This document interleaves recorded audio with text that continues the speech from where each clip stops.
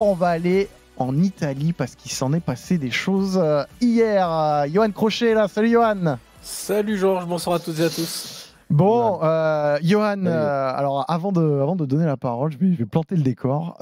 Il était minuit 24 hier soir. Milan-Roma s'était terminé sur un nul un partout. Là, imaginez le truc, il y a les phares d'une voiture qui approchent. Vous avez San Siro en fond. Le véhicule s'arrête à un passage piéton. Il y a un journaliste, un caméraman. La vitre de la portière avant se baisse. C'est Paolo Fonseca, le coach de Milan, qui parle. Mister, soltanto se alla fine ha parlato con la dirigenza.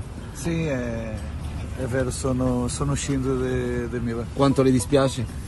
È la vita è così. Ho la mia coscienza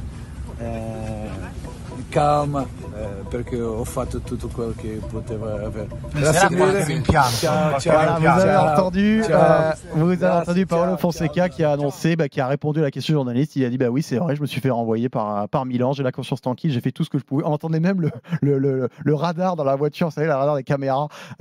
C'est comme ça que ça s'est fini. C'est lui qui a annoncé ça, arrivé cet été. Donc Fonseca a déjà fini sur le banc des Rossoneri.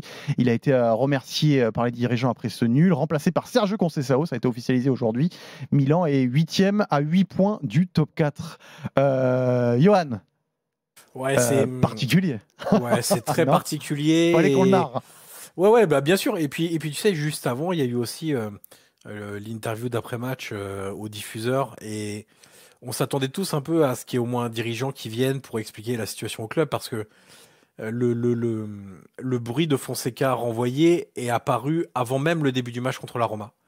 C'est-à-dire qu'on savait tous que c'était le dernier match de Fonseca, quel que soit le résultat, donc même en cas de victoire. Et à la fin du match, plutôt qu'il y ait un dirigeant qui vienne quand même nous expliquer un peu les choses, même si on peut toujours estimer qu'il n'y a pas de bonne façon de dire au revoir à un entraîneur, ok, très bien. Moi, je pense quand même qu'une communication un petit peu plus responsable aurait été intéressante parce que le seul qui est allé devant les micros, c'est Fonseca. Ouais.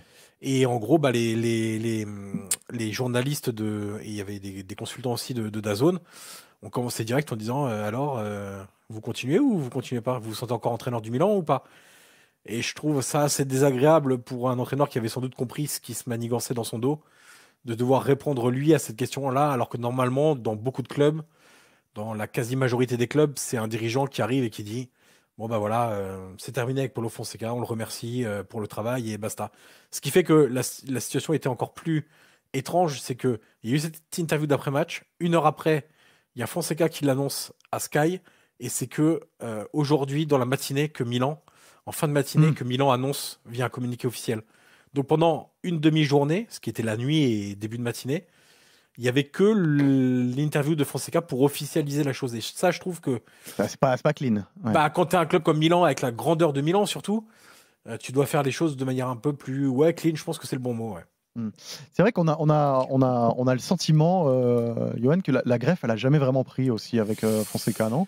Je ne serais pas aussi catégorique. En tout cas, ça a été compliqué au début et ça a été dur déjà de remonter la pente. Non, alors, il y a plusieurs choses. Déjà, il a été très mal accueilli par l'environnement du club, par les supporters, par la presse, qui le faisait passer pour le dernier des abrutis, ce qu'il n'est évidemment pas. Mais bon, en Italie, vous savez, je répète sans arrêt dans les drôles de dames qu'en Italie, on regarde notre championnat, le championnat italien, et on regarde pas trop ce qui se fait ailleurs. Donc forcément, un mec qui vient de Lille, c'est forcément un abruti. Et donc c'était vraiment très déplaisant parce que quand on connaît un peu Fonseca, alors même un Sacchi par exemple, qui est une plume aujourd'hui, qui est éditorialiste à la Gazzetta, donc Arrigo Sacchi, l'ancien entraîneur du Milan notamment, du Grand Milan, faisait des avis, enfin des opinions, des éditos dans la Gazzetta dello Sport en disant Fonseca, je suis pas convaincu. 3 lignes plus loin, j'ai pas suivi Fonseca depuis son départ de la Roma. Voilà le climat qui entourait l'arrivée de Fonseca. Donc déjà, ça c'était compliqué. Il y avait la révolte des supporters qui voulaient un plus gros nom. Et eux, ils voulaient Antonio Conte dès le début des rumeurs autour de Conte. Ensuite, il y a eu les résultats. Alors, en plus, ça allait très vite parce qu'après le premier match, il y a eu le match à Parme avec un match totalement raté. Le match à la Lazio avec Théo et Leao qui refusent d'aller voir lors d'un cooling break l'entraîneur et qui reste totalement opposé au reste du groupe. Enfin, il y a eu beaucoup trop d'éléments en peu de temps où on s'est dit, mon sentiment, c'était il y a des joueurs qui ne veulent pas comprendre ce que veut faire Fonseca. Parce que les idées de Fonseca, on les connaît, on les a pratiquées. Moi, je le suis depuis le Shakhtar. Je l'ai vu à la Roma, il a des défauts. Hein. Moi, le fait qu'en l'espace de 5 ans maintenant, entre son arrivée à la Roma et son départ du Milan, avec au milieu une expérience à Lille, il n'est toujours pas compris comment éviter de se faire transpercer en transition, mais transpercer dans les très grandes largeurs. C'est pas juste des petits espaces, c'est des trous béants. Je me dis quand même, pour aller dans des gros clubs, c'est quand même un peu compliqué parce que tu es censé avoir plus le ballon dans les gros clubs, mais dès que tu le perds, il y a occasion de but adverse, c'est trop compliqué. Donc il y a des choses qui allaient pas, évidemment. Mais en même temps, il y avait des choses qui étaient assez intéressantes sur le bloc équipe, sur la volonté d'avoir plus le ballon, sur des mouvements intérieurs, extérieurs, sur la position de Pulisic. Il y avait des choses intéressantes qui étaient travaillées, on le voyait. Mais moi, on m'enlèvera pas de l'esprit qu'il y a des joueurs qui n'avaient juste pas envie d'adhérer à ce que Paulo Fonseca demandait. Mais comment les dirigeants, alors je sais qu'aujourd'hui le pouvoir aux joueurs, surtout dans les grands clubs, au vu des salaires et du prix des transferts, c'est forcément un catalyseur, mais quand même Milan, comme tu as dit, c'est quand même normalement un club assez classe, avec une direction assez forte. Il y a Zlatan, par exemple, même si je ne connais pas exactement son rôle au quotidien. Mais, il a pas beaucoup défendu, il est conseiller spécial du propriétaire, donc de Redbird, pas directement de Milan. Ok. Mais comment dans le club, on n'a pas vu venir, on n'a pas voulu renforcer un peu le pouvoir du coach, ou des fois aussi il y a un coach qui arrive et puis très très vite on se rend compte que finalement la greffe ne prend pas. C'est quoi exactement? Non, mais ils l'ont soutenu. Mais vous savez, en Italie, il y a un truc, et eux ils fonctionnent un peu différemment. C'est un peu comme les Friedkin à la Roma, c'est des gens qui parlent assez peu et ils estiment que il n'y a pas besoin d'aller devant les caméras sans arrêt pour manifester leur soutien à leur entraîneur. C'est cousu de fil blanc, c'est comme ça, et c'est évident qu'ils ont soutenu Paulo Fonseca jusqu'à ce match-là. En Italie, les supporters, l'environnement médiatique réclament, c'est une chose qui se fait, qu'à chaque avant-match, un dirigeant parle. Et donc, il va au micro du diffuseur, on lui pose 5 questions, et le temps est compté, et il doit balayer des thèmes d'actualité. Ça peut être un joueur en méforme, ça peut être la confiance à l'entraîneur, ça peut être le mercato, une prolongation de contrat d'un joueur. Et Milan, ils l'ont pas fait beaucoup, ils l'ont trop peu fait. Ensuite, ils s'y sont mis un petit peu, mais c'était trop tard. Et ce qui a donné l'impression qu'ils soutenaient pas leur entraîneur, alors qu'en fait, en réalité, à Milanello, Zlatan était très présent, Moncada était très présent, Fourlani un peu moins, mais c'est un peu moins son rôle, parce qu'il s'occupe pas du sportif. Mais ils étaient présents et ils faisaient des réunions avec les joueurs, et ils faisaient des réunions tactiques, et ils faisaient des réunions individuelles, collectives, et ils parlaient à l'entraîneur, ils essayaient de voir comment améliorer les choses, sur la qualité des entraînements. Moi, il y a des joueurs qui me disaient que la qualité des entraînements était bien supérieure à ce qu'ils faisaient avec Pioli, par exemple. Donc, c'était pas tout noir. Est-ce qu'ils ont senti le truc venir? Oui, là récemment, ils ont senti que les joueurs, il y avait des joueurs qui voulaient plus travailler avec Fonseca, clairement. Et donc ça a été un élément central dans la décision de. Mais les joueurs, parce que moi les joueurs ils me font tellement rire. Donc là, ils vont avoir Serge Conceição. Donc là, Fonseca. Serge. Je peux vous dire que Fonseca, c'est le Club Med, à côté de Conceição. Donc ceux que tu dis là, qui se mettent de côté, les Leao, même les Hernandez, qui font les fortes têtes, j'espère qu'ils savent qui va être leur nouvel entraîneur. Hein. Parce que là, d'ailleurs, le Club Med, c'est terminé, hein, je vous le dis. Ça a été un des critères, Kevin, dans le choix. Besoin de quelqu'un qui va secouer le groupe et qui a des méthodes proches militaires pour redonner un peu une âme à cette équipe. Et d'ailleurs, ce qui est intéressant, c'est que Conceição a fait une petite interview rapide après l'entraînement aux médias officiels du club, à Milan TV, et je crois sur les réseaux sociaux aussi. Il a déjà fait son premier entraînement. Ouais, il a déjà fait son premier entraînement. Et un des premiers trucs qui revient, c'est on doit afficher une autre personnalité. Et c'est vraiment, moi, au-delà des problèmes tactiques, au-delà de certaines insuffisances techniques, quand je vois Emerson Royal, je suis toujours pas convaincu. Il y en a d'autres, mais c'est celui qui voilà, Pavlovic, j'étais pas convaincu par son arrivée non plus. Mais c'est surtout le manque de personnalité, au moindre événement contraire. Et d'ailleurs, ce qui est intéressant, c'est que moi, je me souviens de sa Roma à Paulo Fonseca, c'était exactement la même chose.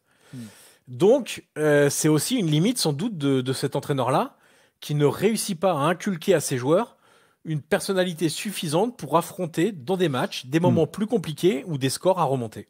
Damien, t'es surpris parce que c'est vrai, Paulo Fonseca, c'était quand même une des figures de notre championnat ces dernières années avec son jeu à Lille, dont je pense on a tous parlé positivement de voir son aventure durer aussi peu de temps à Milan et de partir décrié comme ça, quoi. Moi, je suis un peu triste parce que à Lille, j'aimais beaucoup l'entraîneur, notamment toute sa mise en place tactique et la façon dont il faisait jouer son équipe. C'était assez clair, en tout cas pour tout le monde. Après, est-ce que le gap a pas été trop gros pour lui aussi d'un coup, d'aller dans un club où on le sait, la direction est forte et parfois voilà, sans distinction et fait vite le ménage. Voilà. Et moi, ce qui me dérange, c'est plus les attitudes des joueurs. Je rejoins Kevin là-dessus sur le fait que le crédit et le pouvoir est un peu trop entre leurs mains et qu'au final, si on n'a pas trop envie d'écouter ce que le coach a à dire, on laisse couler et s'il peut partir demain, tant mieux. J'espère et j'ose espérer que Conceição va mettre les choses au carré et d'ailleurs, dans sa conférence de presse, ou son premier entraînement, il n'a pas dit qu'il devait venir à Nantes et qu'il avait refusé Nantes. Non, je suis pas sûr qu'il l'ait dit. Non, je pense pas. Non, t'as pas écouté ça, Johan, hein? Il a pas parlé de Nantes, a priori. Non, j'ai pas entendu ça sur son premier.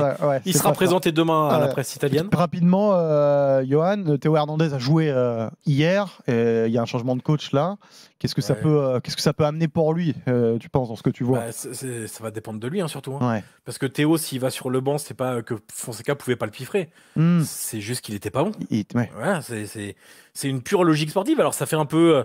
Évidemment, les gros titres parce que c'est ton vice-capitaine derrière Calabria, enfin capitaine numéro 1 quasiment maintenant avec Calabria qui a nettement reculé dans la hiérarchie.